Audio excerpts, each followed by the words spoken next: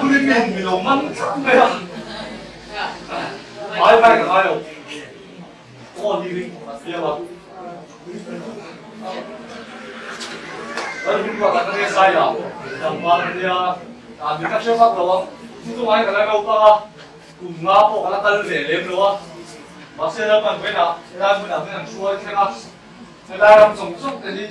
sẽ làm cái sự phát sản xuất rau đồng vốn là đầu tư của cái gì cái này à, mà số thì chúng ta đi cái bộ đầu,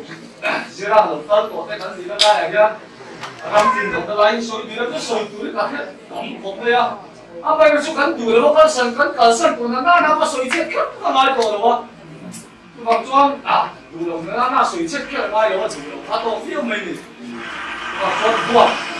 các con này rồi, ăn gì cả, mình xuống đây đi nó, ta cái cân mây ra. Cái chính là bằng cách thì sẽ làm mình mà xe, thao đào mình cái gì à? Cái xe nuôi cảm biết xe qua đi đâu, mà đi rồi thì tôi này khát đi. Từ đầu nó rất mê à.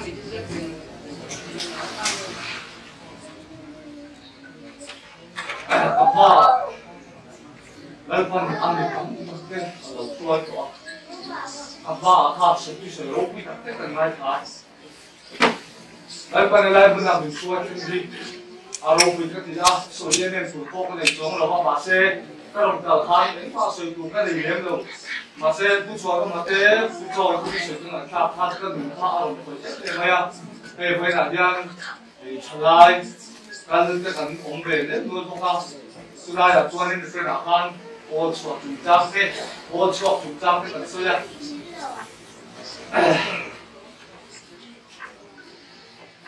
vì sao cái này sự bằng dễ mình dễ vậy là dân bộ chùa cái gì à bộ chùa cái gì cái là gia đình Presbyterian thế Baptist thế mà UPC mà Salvation thế chẳng à bộ chùa chú khác cái niệm thì chỉ cần nào đi hôm nay lâu bữa này đi sa đàn lệ hôm nay lâu bữa này hôm nay là ăn ngủ thành thiếu lần ba đồng thiếu đắng bằng tiền đấy lần ba đồng thiếu đắng lần bồng ngã trong hiền ngã lại cái người thì bộ chùa cái niệm thì cái gì mà Presbyterian là bộ chùa đấy ngắt cả, lần là những bộ chùa đó cũng được. Bà thiên ai, bà thiên đắng này thế, lần là ai lần đắng này thế là cả lần bằng cái người những bộ chùa tắc tắc là tụi nó này. Chứ vì sao là cho tôi không ai là tình tắc tắc thì đó rồi đấy. Vậy là tôi ăn cái mà này cần tôi muốn đó. Hôm nay University of Wigan, Cambridge, Oxford, đã thể hiện bộ, dù phần về mất mà lại cái màn cái sự lộn cho không chịu cho đâu. Vậy là bởi vì không trả đến căn tù lần mà tôi đâu quý cần thiết thân lịch thì vậy là cái mà nhìn cái việc cho đầu tiên không chịu cho tha tù thế cho bố chuột đi tổ gì khác không chịu nó không được cái mà cái việc cho vậy là hiện bộ tha tù cho bố chuột tù thế phải tha tù cái này về đâu Trung Quốc cái các thằng đấy bố chuột không đâu mà xem vậy là lần ban cái mình con chuột nuôi hết rồi bôi nộ mà suốt cái mà cái gì thì cái đừng cái phụ chiếm em thì chút chứ bao giờ vậy là một cái trả lại đâu có gì mà coi ăn mà cái nuôi lên ba thế cha chúng chúng là đâu rồi to cái gì vậy thì kha vậy là hết áp suất vấp đồ đâu bôi nộ mà xin hắn lại cái thì phán nó cả mà chỉ là hắn suy cái cổ đào buồn cũng nhiều vấn đề số lần ban mình chuột nó có lòng về nếu chú cái trả lại chúng tôi quý cái ăn vàng này cái gì nó về chúng chúng mò chung quá chung nuôi để ba cái cầu nó kiểu như là ăn cái gì cầu mà sẽ có ở đâu về nó chung mò ăn quý tinh mò vậy là chung quá ấy mà sao mà tu này đâu nuôi để ba u lên đâu thì nó sẽ thêm quý nhà đâu mà điên các người thì là mình bị chặt chặt chứ không vậy này nên cái trả lại quý ta bỏ chung cần bao nhiêu tôi bảo cho thế thì phải nào có cần chia qua là hôm nay các trở lại bùi thế làm rồi phải không nhỉ chẳng hóa thế chút kỹ mà đâu chút gì đấy thế mình ra thế mà sao thì chắc tôi còn mà mấy lần không chưa mấy mà sẽ quên cái không trở lại làm hóa dù ông thì sẽ kỹ mà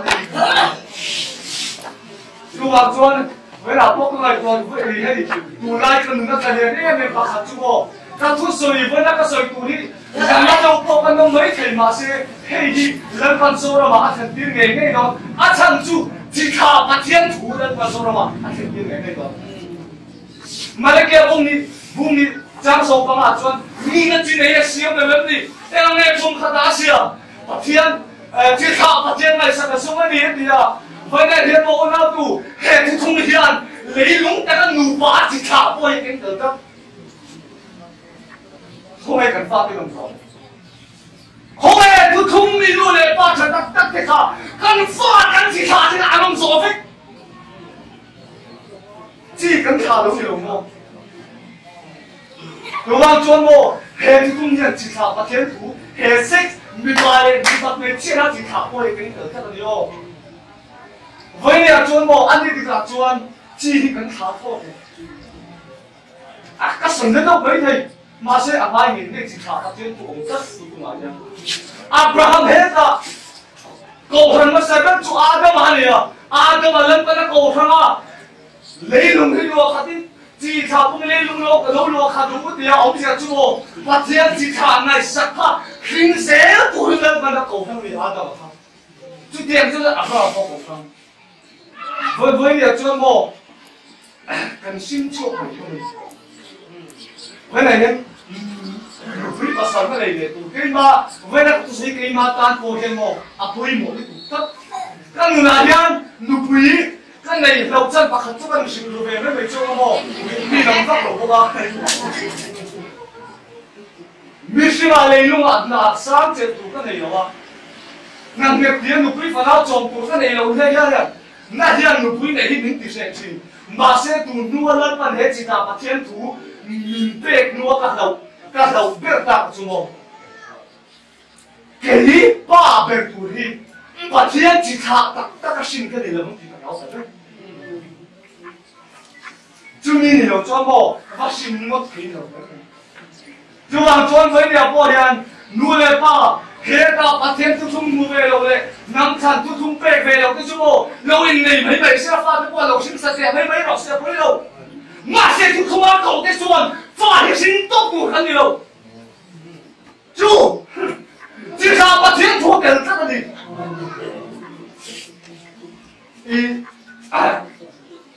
cần mất tiền cái không chú vào cho nên mồ hệ thu không đi cái tan thu không mà bù đi tan cái chuyện hệ chỉ sao bắt thiên thủ đi mồ đại biệt thiên này xem chú chỉ sao bắt thiên này sao cho nó đi được với lại nhân cái này lên ba chỉ sao cho cái gì bắt thiên chỉ sao mình sinh về cái sinh cho sẽ cho chú cho nó ba chú thông đạt chú này chú này lên phần chỉ sao bắt thiên thôi với lại nhân nụ ba cái gì xem á phát ảnh này là dường na này sẽ là rồi phát lớn tin chuộc sẽ là chứ mình nói mình trồng sẽ là tin mất cả cái này thà đàn tủ mất thì làm không được cái chỉ thà bắt thiên này sản xuất cần tin chuộc đấy lấy đúng rồi xem chú mồ lên phần sẽ do ra mình tin đàn tủ là thiên chú cần nghề này rồi xem chú Adam mà Abraham trong tôi hết chỉ thà bắt thiên việc ăn sẽ rất với là họ hiện mình số phát triển nắm thành thì hiện hết chỉ tạo phát triển của người ta là thảo mất cái nào tới thế chứ mà cho nên với là bây giờ nụ cười phát sinh này mất đây mà cái chỗ căng ngông tiểu rồi đúng nào chứ đúng nào chứ mà cho lên bờ với này dân cả đầu rất chỉnh cả lò này chặt đầu thì nó ra cả đầu gì mà sẽ cả đầu rất rồi chúng ta sẽ ta bị phạt cái mà cả đầu biến cái gì là bằng gì cả đầu phải biết他老发现他八百跟你的皇帝个老，就你跟你老尊跟发的他发嘛跟先说说说的，人家连查单这连查不看的，就老尊为你人记得跟来过嘛呀，黑不通你的那算黑天，黑知道不见土地，看着白了是吧？白天跟你了。就回来说了嘛，你看办公大手这个对吧？很点嘛，啊，คน来么？这หัดงดตูดที่หารับพุ่งที่เสียตูดงดการมินดาลงที่หาราซาได้ปิดขาพุ่งกูดิมึงดีสองประเทศนั้นอาจจะมาเตะเขาทำข้าวโม่เขาพลันโลดังเขาโม่หัดที่เรามาด่าลูกเราอันมานี่ก็อินขาพุ่งตูดได้ดีสอง bằng chuan với này nhá nụ quý phát sinh lên mất thì mò thiếu thu không bị tan cho thiếu gì là mấy mấy đồng gì đâu bây giờ ác sinh chút chỉ thảo phát triển của kênh của cái gì đó bằng chuan à lấy vào nụ quý hiện mà cho cái sông về gì nào hey nó cuối về gì nụ quý chúng ta đi nụ quý này thế cái thủ về gì nào lấy vào thằng mà hệ chúng ta mình support cái chút tuổi cái gì những cái mỗi chuyện nào nụ quý à cái chút những cái chả cả cái bộ cái về gì đó mình đang cần phải làm cái gì đấy là thực tế là hạn chế sao đấy không để gì đúng không đấy là cái mà điều cái hạn chế sao đấy không mà sẽ anh tụt đi cái này là lần ban cái người mình phụ trách thì tất cả cho nó nắng mà hắn chỉ đúng tụt cái này sẽ là thì ta tụt chút bền sẽ đi khăn cái bằng cho người quý cái sống cọ rồi lấy tay cái sống cọ anh qua này chứ tung mang đây là sự lực lượng xe cái tủ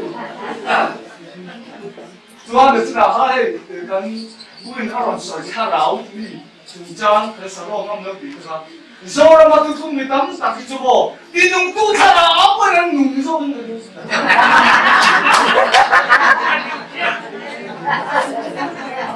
đi nung tu cha ráo mà đang nung phát đấy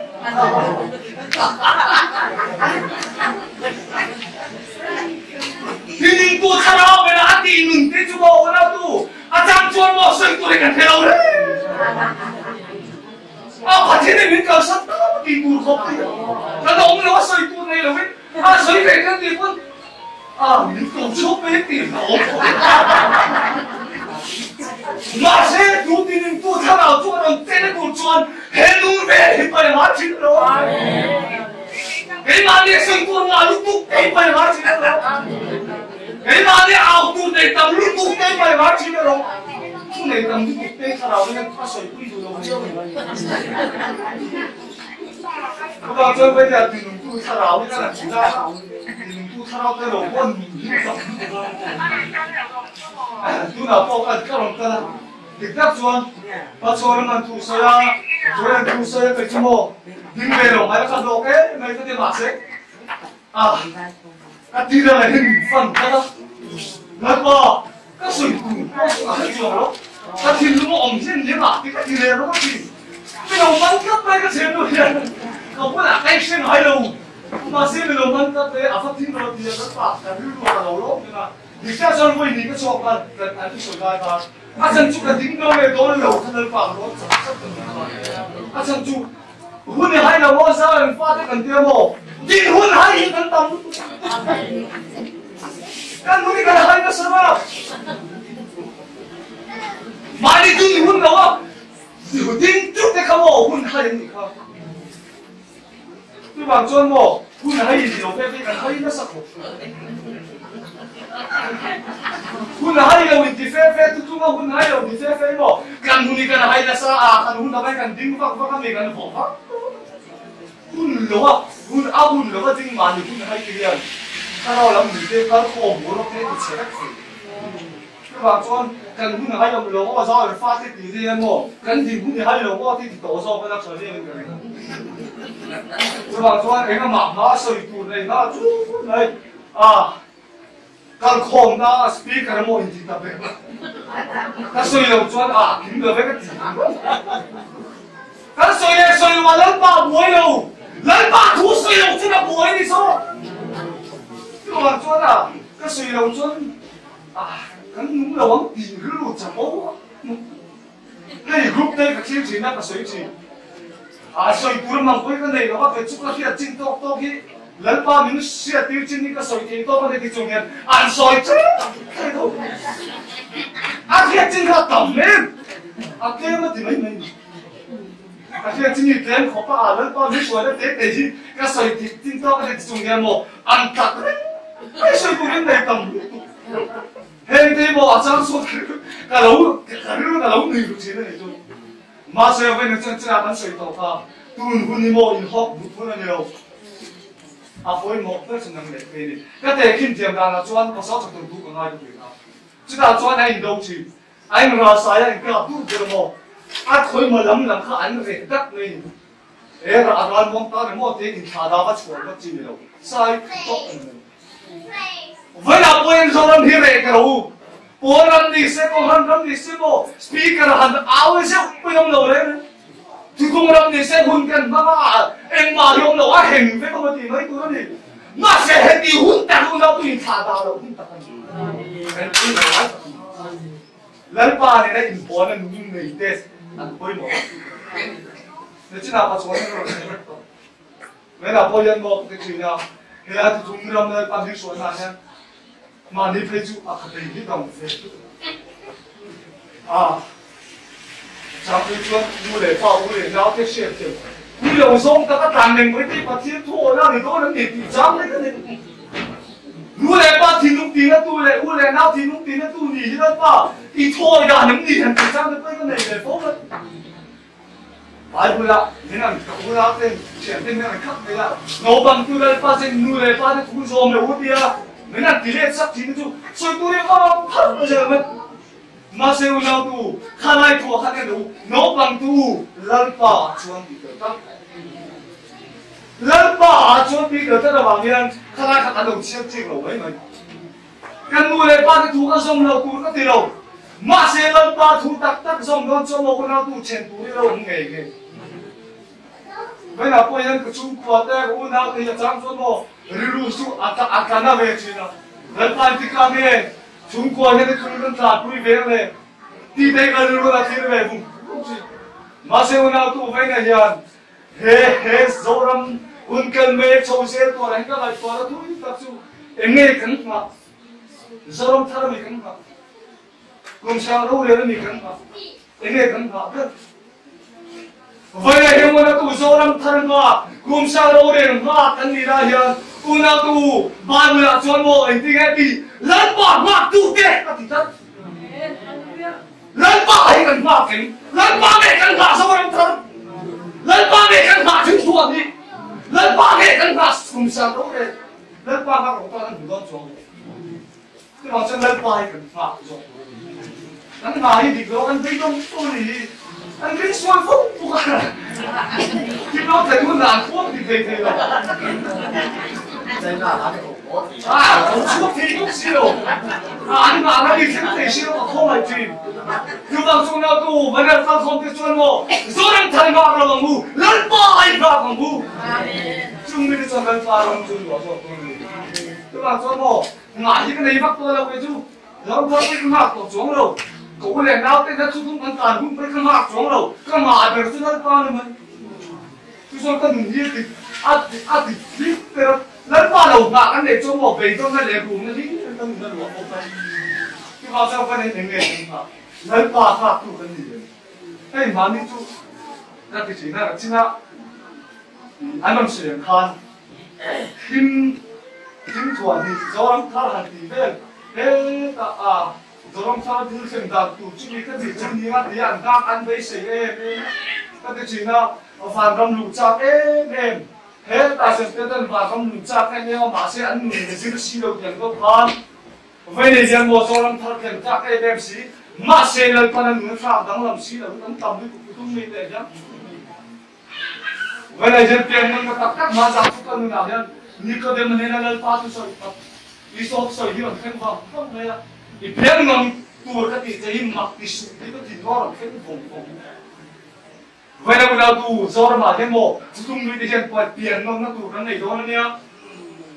căn soi phong trì bên nia là mình căn soi Israel là buồn chuột nó làm căn thì à bên nia là nó mà chắc vậy Israel buồn chuột muốn nói căn tiền nó ở lông người đấy rồi bên nia chắc là nia đâu vậy à chắc một phần bên nia Israel là buồn chuột căn thì rồi mà sẽ biết thế là lần ba thằng chúa sầu thì chắc chúa tiếng nghe tiếng này im miệng chụp chặt cổ bán này tiếng nó nghe đấy không Israel đó xong sẽ tiếng nó nghe tất ông sẽ chú bên này lại biết thế là Israel là buồn chuột tất biết thế ok mình là khan mình sau thì hiện sẽ có các công tân số thì à Israel buồn chuột thì cho nó tụi mình tầm sau hiện bên này là mình mất cần số ya mà sẽ là người đấy là bao nhiêu vậy là hiện bên này chắc anh biết thế là Israel nó tao mình buồn chọc cái này đó bên này là Israel nó chắc cũng là buồn chọc hơn một Nam một quý là kia khăn thì phát triển là alo là kinh bùi này lần ban bê thiên cầu xuống mà na tập điện nó sẽ bê thiên là khăn sâu này tan mai chạm xiêm rồi tan mai chạm xiêm rồi chứ là chuan in phát triển đang dùng sông cái thủ phép là nắng màn đi à bên bề trên kim đây thủ phép là tan mai chạm xiêm rồi thì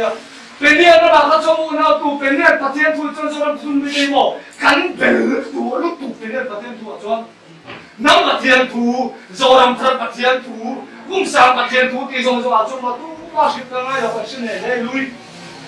mà xem bên này hết tiền luôn hết bên thế là tiền luôn nó cắt các bạn cho bộ nào tụ phát triển đằng này cái tổ lâu lần ba ai là đằng này cái tổ lâu chú cho bên thế sẽ là tiền luôn này chú đi vậy là tụi mình tập quay chip cái món u vậy là Israel tiền tụi mình làm như là bien lần ba rồi là đằng này thì cần tầm béo rồi mò phát triển này thì cần tầm béo rồi mò hay là chỉ là hát ăn sôi à cái lẩu sôi cái kém tệ cái khắc về rất đủ đây lấy đúng chính chủ cha thôi thật cái là hôm trang đi à chuẩn tiền đấy ngày bên là phim có đâu in kinh bùi dia bao chuẩn ai thì tu xong rồi cái hao mà những cái bác này hao mà cái phi rồi thì à vậy là nào tu xong rồi cái tung này thì lấy đúng kinh thì à lấy đúng kinh nó sẽ phê phê mà sẽ làm quan này nó đúng kinh cái này biết gì đâu tầm đó anh cho tiền nó sớm giờ chung cắn nụn đi lên bàn là kinh tắc tắc lần ban cắn nụn nó kinh tắc tắc rồi cho nó lấy đúng kinh nào hết cắn nụn nó bao kinh tắc lần ban nụn nó kinh tắc tắc cho nó buổi nó tụi đi mò tầm nó tụi tôi vào cho bên này lần ban cắn nụn lần ban này cắn nụn này kinh tắc tắc lần ban này cắn nụn này kinh tắc tắc cho lần ban này cắn nụn này kinh nó tắc tắc rồi mà cho nó tụi kinh tụi đằng đi bám sát này cái mà đi cái kinh nào lần ban cái người mình kinh nào bây giờ cam cam là nó là lần ba đinh là nó gì bây giờ tu cam kinh của mình các cái mà đi cái gì cam kinh của chúng nó cái gì chú mình kinh quỷ để cái nào cho mình nó cũng đá gì đó tôi nói tôi nói gì đó mà kinh tu đi cái chuyện đó kinh tu đi cái chuyện đó là kinh đó cũng là kinh bắc cái đó chỉ là hắn là suy tôi anh suy tôi là mà cái mình suy phát đi xong rồi nó bắt lâu mà cái mình suy phát không xong tôi số cái mình thắc cái nó tắc tắc khi ta ta nó bị hăng đi tôi tắc tắc là phần cái mình kinh mình đi vào hàng đấy tôi không nghĩ đến chúng ta lấy phần cái mình kinh tắc tắc cho nó và mình không phải tới cái kinh phải to cái suy về đâu cái nào mà áo về đâu đấy mô bây giờ tụi nó trong cái kia mô thì tụi soi làm khá đi mô đi đừng chung chung không phải cái vô các cái kia mà sao nó bằng cái người nó kinh tắc tắc chốt mô tụi mấy cái kinh bèo đấy lớn bằng cái người nó kinh tông tắc tắc như thế nào vậy mô bây giờ tụi mình kinh phát đi ra vậy cái nào mới được tắc chốt mô mà lên bằng tụi chúng mấy soi tiền chốt sửa thì cái gì vậy không phải mô thế mà hắn sưởi hết đâu nhất đi cái đầu kinh phát thế là mình đi hắn sưởi cho đầu máy đó sưởi đam cho hắn tí đâu phát đấy cái này mà sưởi với nào cho một cái nào tủ lớn phần cân mình đi kinh tôm tắc tắc chỉ nào cho một kinh tủ tăng cái to đâu đấy mà đi kinh hết cả bồi to cái gì với nào cho nó cái thùng này đây cho một mà đi thùng bụi cái kinh hết cái bồi có các bồi không tôi vào cho một lần qua này mình kinh lắm tắc tắc cho một anh là lên bồi to cái mà anh mà đi kinh to cái này một mình đang kinh lắm cũng những người rồi đấy tôi vào cho bên này cần mình đi lên qua này để kinh tắc tắc này thì cái sợi đây người ta ở đây chỉ là hắn sợi to cái sợi bồi về để tôi phát chung cái tổ ngáp thôi chỉ là hắn phát triển nó để tôi chắc là sao hà cái người ta mình được con cái sợi số nó phát cái là con sợi cho tôi là cái ta chuẩn bị cái cái ai cũng bà ai cũng giống con sợi to là vậy nên số làm tụi mình cái tiêu chí nó mỏ nó tụ mình tâm cho cái cho mỏ phát triển này cho cái sản phẩm sẽ thấy cái phát triển tốt nhất phát triển này cho cái chính trị đi lâu thấy cái phát triển tốt nhất phát triển này cho cái cố cho thấy cái phát triển tốt khá là lớn mình cái chung vậy nên một cái người như thế pha cho phát triển kinh tế rồi hãy có phát triển trong này đi đâu cũng không tin mò đùa thì mình làm việc na tiếng mò vậy này nhân số không bị cái tâm cắt số ăn đùa cái tiếng lần ban mình bê to cái mồi đâu đang hai số tung đi cầm đi cũng mất thiên thà suy tung lên này khôi lại bảo hùng đầu chú ta thiên thà hết số tung lên này ta cầm khôi lại bảo hùng bị đầu chú ta chỉ đi hùng chú nó mà thiên thà thì rồi hết số tung lên này lần ban bê to cái mồi đâu chú tung đi toang đi ta cầm cái chỗ bên này nó bảo hùng đây cái chú tay đâu hôm nay tôi lên ban này là cái gì đó hôm nay tôi lên ban này cái gì đó tôi đã chuẩn bị bằng chuối hay cái gì đó hôm nay cái chuối nó sao tôi không mà đấy là chú không biết là phải mua chút tiền chút ăn nằm bán chút cái tiền chút này chút mình nằm bán chút ăn chút đó thay đâu nhiều chút đó sẽ mà siêu đâu tu cần chút chua địch mua khóc đấy chú là tu bên này gan cần người hiện tu áo nữa bằng tu lần ban cần người đi xuôi tao thấy amen phải không lần ban mình ra đi tao cái hiện người cái amen phải là mô tu áo nhiều lần ban hiện tu áo lâu mấy chuyện đấy mà nên tu áo to lâu đấy mình cái sợi ba bạc sợi phép tôi cái tung là mình cái sợi mai đâu thà ra hành hợp chúa mình cái mặc mình đi xe mình đen xe thì phép cái tung là đâu bây giờ xem cho cái tung mình cầm sọc cái chú phát hiện cuộc sống hiện tại như của nó suy xoay cuộc sống mình đen xe biết say mai đâu say là mình đen đâu lâu mà thì mình xin đùa na lúc thì mồ na tu ăn tầm như cuộc tung mình thế ya chú ta suy đoán ta thì đâu chăm thế đó cái hoàng trang bây giờ như đùa mà bây giờ em một cái đồng bộ nó có bây giờ mình xuân nó có nắng để cái lần tận mình vào nó có cái gì đó cái nào mình đâu cái gì đó nhưng này tu lần ba bên này là cái ngã chung cho nó tu hun cái hay đâu hun này tu lần ba kan ta đi tận chuan hun này tu lần ba này cái sốt ta hun này tu lần ba này cái cung cái nát chặt chung cho nó tu hun cái mò hay cái đầu thiếu cái chút phát lòng tu lần ba này to cái mình xoay xe làm thì cái đó amen cái xe làm thì không phải là sự về mà tu đi chú em bỏ xe đâu phải là cái gì cả đâu lẽ mày cái lô làm thì cả đâu mà tôi thấy tăng cái đi khỏi mất mày hem muốn cái ở tâm lên nó cái mặt ta cái chuan mấy rồi chú thì tối thế này chú của chú trang cái sợi của chú mà đi đâu khác thì ra nào thì cái này cần cái là đúng mấy cái tiền tiền cần cái này mà chuan thế thì cái cần tiền chỉ là chú mò cái cần phô tụ tên là gì phô cái đâu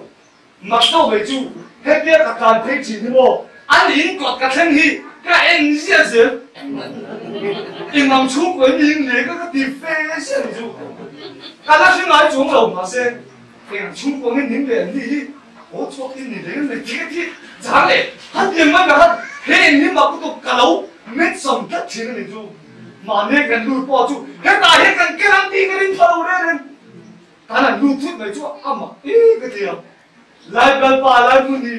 anh ngâm một tắc khi chú này để làm cái lui tôi bảo sẽ lại thì với mỗi nhà cái lui con mà sẽ lên còn lại thì in tak lan pa thara om na mun le lan pa tu thum ni sa na mun ti alo ni bi ka bu che ta le chuan an background chu ko background te ka lo ngai sa bia lan pa tu man mu so da te he ta tu nga ni lo ka na so te an ni nang dia che chu chin thu te ka ngai sa so je la he in hi ni na mai lo ni hi lan pa thara so ka mi lo bu ti ri do te ka ti lu ta ni chu với lại đây thủ thế kan suy về đấy cái chuông về khúc này mà chú vì sao cái phun cái tiếng nói cái chuông sao với lại hiện là bao nhiêu các cái má cái tiếng vậy cái lồng không có cái tiếng muốn cái này là cái nấu pan xe đấy lấy bát thà rồi mà cái cái nấu pan xe cái gì đấy lấy bát cái ai thì cũng là sao đâu tắm tắc cái má nấu bây giờ bông về cái của cái luôn luôn tin quý cái đó mình lấy bát thì cái gì về một chim vì sao cha cái chuan cái kinh kỳ về đâu chỉ là mà ta chuan nó mất bây giờ hậu cái là sao anh soi đâu quý sĩ cái mà tu anh về sĩ cái chắc không có sĩ rồi ba ngày cái soi về chuan anh cái ai đời nó tắm to này lâu bây giờ qua lâu mình tắm to rồi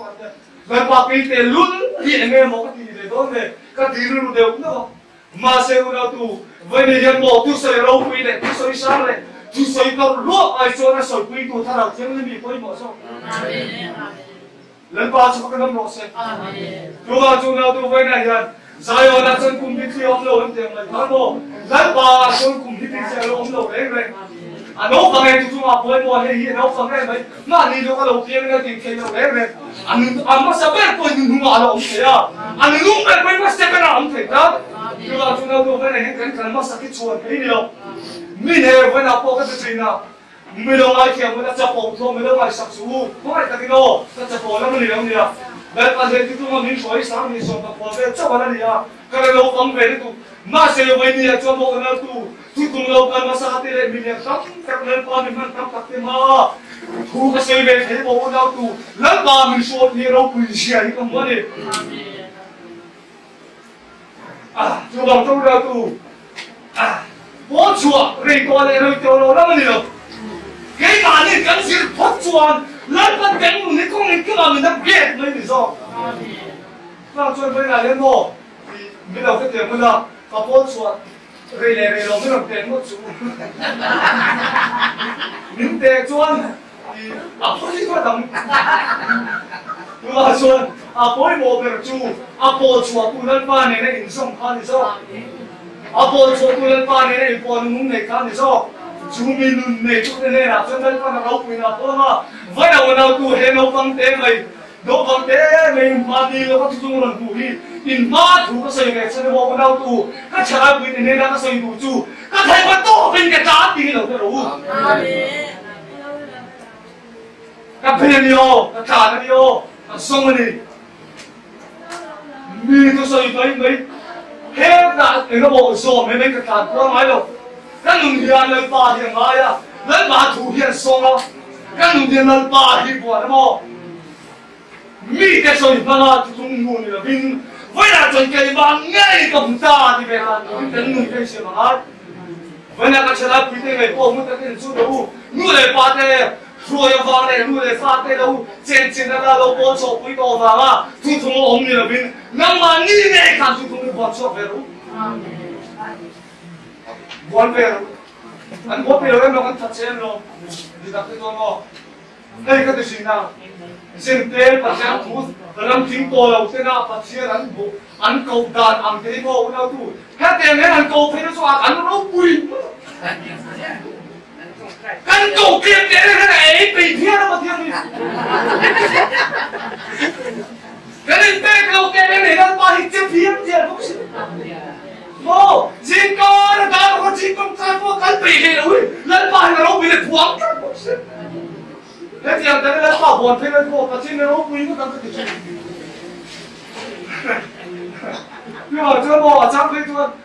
Về mong tiền anh phải thêm cái tao gì nào. Mà nên chú, hết thì anh phải thêm cái xe cả khác, cái gì vậy? Con, cái này phải làm cái gì? Bố chuộc đi một用đầu đây này.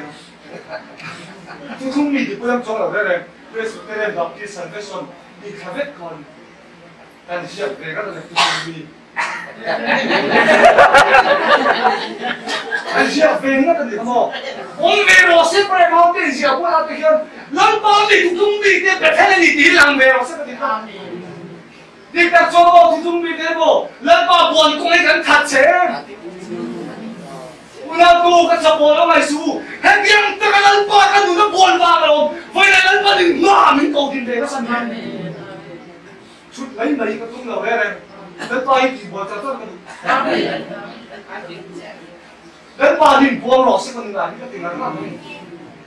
sa thiên đi mo ông mấy mày đi ka tung lo re che lo thei lo ba di chang chang ni ka tu pa thiên đi chut nan ti tu re các bạn cho con gà hết bộ, bữa nào tụ con này lên bữa đầu chân xe, là bấy xe lên cái đi ăn phim đầu con gà hết đầu chân bà xe đâu, lần ba này là điều chỉnh chu, lần ba này hiện đâu quý con gà phong rồi sẽ đi cái điều giản thôi. Vậy là có u lên nào có chui qua đây này na, thu thung cái trái hậu quý thế làm nào hết bộ nào tụ, bữa cái chung đâu, hết đi lo này cái hậu quý nó bữa rồi lần ba thì không làm gì. Các bạn cho nên là cái này, nung năm cái số lượng, nung này cái là thêm mấy cái số đâu. Đấy xây lâu đi lâu quý tông tu ra đủ lâu đấy để xây tu ra đủ là đừng ngã sinh mẹ cái thằng nào thằng bồi su lần ba lâu quý nó phong rồi thì mấy rồi lần ba lâu quý nó phong cho là phải được thuốc lần sau thì anh bồi nó bây giờ nó lâu quý nó phong là phải được thuốc mà khi tiền mà cái hậu là sao tiền bồi để mà anh chỉ riêng tập bồi ngồi lên cái đâu phải nó có mà phiền đấy chúng nào tu kan bồi này inun ram tu nak kan bồi beng dah kan mo kau bồi nak kan inun suruh susah lepas buat lo arau punya pun punya so lepas arau punya pun nak so yang kita orang fan lah Bila punya mo kacung bồi lepas rula kau deh aku tu lepas teng tu tu ngan mo tadi tu orang lepas hari buat tu lo lepas kau buat lo aku itu tu orang so mungkin beng yang tu orang so mo kan enggak yang Samsung ni buat apa ni kita se, aku punya ni. Sudah tu, nak bertanya kasih itu. Envangin ngelan pahian, kan lepas tu bila envangin pahian kan nunahian, tong turah kan tulau mo, keng turah kan tulau, hei tong lau bila hei mulau bila kan cuma kuat keng lau se, dia kan lau som, tapi lau kan nunah sentir fau. Acan ni. Acan cuma kan lau tiada nak lau siapa mau tiada tu. Kan nunah mau kata seperti itu saya, jun kaju kan nunah yang jangan tahu tu mereka ni. Jangan lau kita tu mau kita song mereka na. Cerang kedua, jangan kita lau ni masih jangan tu. Kita cuma mau lau tu kan nunah kerja lepas ni buat cuma. Jangan lau tidak ikon. Lepas nak lau lagi ni mau tiada. Chúng ta tu rồi mà hiện đi nuna kan nuna hiện. Ini lau song tak akan tension nem. Aron tension ni mereka tu tu. Jangan lau song tension pa lau song ni kisir sopi je tu mana kah? Lepas berkau kosong lau. Lepas beri kan lau ni kosong muat lau puni farang fat lau ni. Jangan tinggal lau tu lau. Lepas kan lau tu. Lepas tinggal lau lau. Ni buset le. Ni diri yang tinggal lau lau. Lepas kan lau kosong. Cuma lepas kan lau nak tak acuan. Kalau tu kan jangan ni kan jangan cium mo, lepas kan ni buat tu, kan jangan ni kan lepas jomsok, itu jomsok kan. Tuan, when ini nuna kakak tinggal kan sering lepas nak jomsok, itu cewek. Ini lau, kini turai tu lau, ini jangan ni macam makan jomsok ni kira tu. Itu boleh lepas lau buat cewek. Kita jangan pasien lau boleh cewek, jomsok mudah jangan yang macam ni tu. Hey. Tôi nhớ bạn cái sự này của chú. Và thiên này đang miếng suối nào nhé, người rất theo đủ. Tổ phải chứ tổ theo. Tổ theo. Chúng mà hiện quay sinh nào mà nhau. Cái sự này của chú mò. Đây cái này là đâu cho lòng chúng mà thì nhau. Cái sự này còn đang đầu mà đây mà. Năm ngoái ra tăng thì mấy cái tháo về chính gì. Mà tháo về thì nó thì thế nào? Mà sẽ là phần tu cho mà mình là xóa về cho các phần muốn năm các phần mua về muốn năm thì phải chú làm mồi nó xóa. Đó không phải anh là ngọc cho anh manifest làm mồi manifest anh là ăn xin hút đi muốn năm cái anh là cái lâu ông lâu rẻ phải còn lâu làm mồi tiền này là ô vậy này là tu không ai hết hối sinh nào mà đi phải tu gì tao hối sinh Asan cuma, tu cuma jual lepas siang ni mah, lau tu di lepas kan lau tu lau tu tak mau tu kan lau. Kamu nak kisah ni ada ni tu itu, siapa yang kamu nak kisah ni ay, tak buat ke tu, satu mak tu, kamu nak pilih. Hei, saya orang siang orang tak siapa, dia kamu nak pilih, tak kisah ni orang tu, tapi dia tu, mana jam payah kan kita. Sana có chuyện về vòng lai lấy mình vòng lai tham gia có làm sao họ mà cũng có là xử lý thì giáo về một cái là các đầu bếp chúng ta thùng thì còn đâu nào tu với nào có em bộ các người làm bộ trên đấy em chu nhẹ làm hồi cho qua là có mong ăn ống đấy bên bán người là sao nó ống là cái chỗ luôn nha mà sẽ nào tu các cô ta cho tu mà mình chu sắc là vắng thì à lên qua cái nó tăng chất của mình đâu thì em tìm cái khởi quy cái đầu vàng liền lên qua cục chặt anh có cái gì nào liền anh đủ đuối vì chạy thế cái nào anh đủ đuối hầu cái gì chạy nhé lên qua anh đủ đuối vì mọi người xung quanh thiên đi lâu tốt rồi đấy mặc đâu cho bộ tôi không có máy đâu mà nhiều suy vang thật mình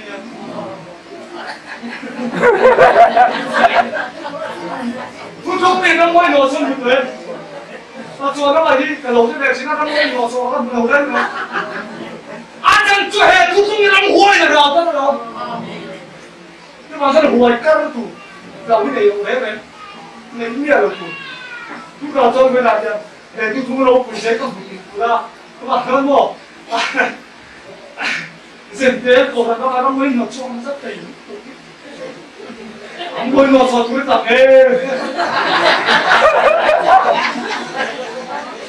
아까 저거 앙랑 있잖아요. 앙랑 왜 안 없잖아요. 왜나 좀 두통차 사요나 다투아나 딩짱도 두통으로 부입배를 런빠나 툰 앙랑으로 내 토대가 내가 내 눈감보다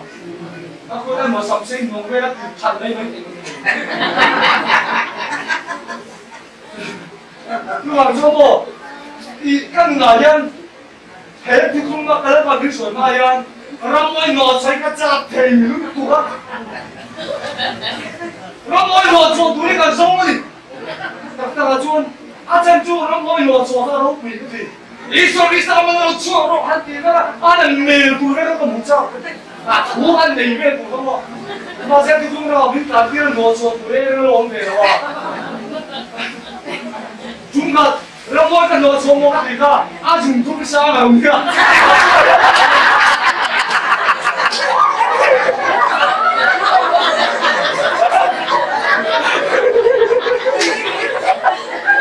자나 내가 보냈으면 안 하거든.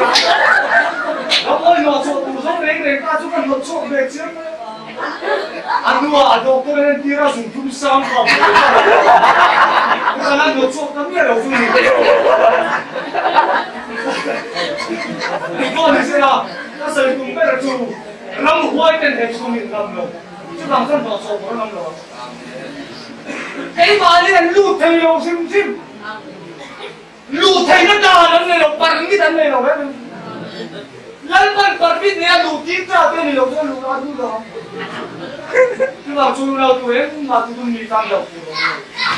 tụi chúng cà phê lấy vào tụi chúng hết tất sẽ tua lên tiếng chân của tu mang ngầm lâu tôi mua được cái gì nhưng mà con lâu nhiều cái ông không có mấy là tôiemo lâu này lâu ở đâu này lâu vừa có một này nè nhưng mà con lấy vào chúng lâu mình sẽ mình đủ đi chuyện đi về em à và còn có cái nùng toàn cái cái suy nghĩ này chú tham số nó là suy nghĩ của mình sẽ là nếu mà chúng ta sẽ có cái chuyện thì lâu mình ăn cháu này còn không sẽ có chuyện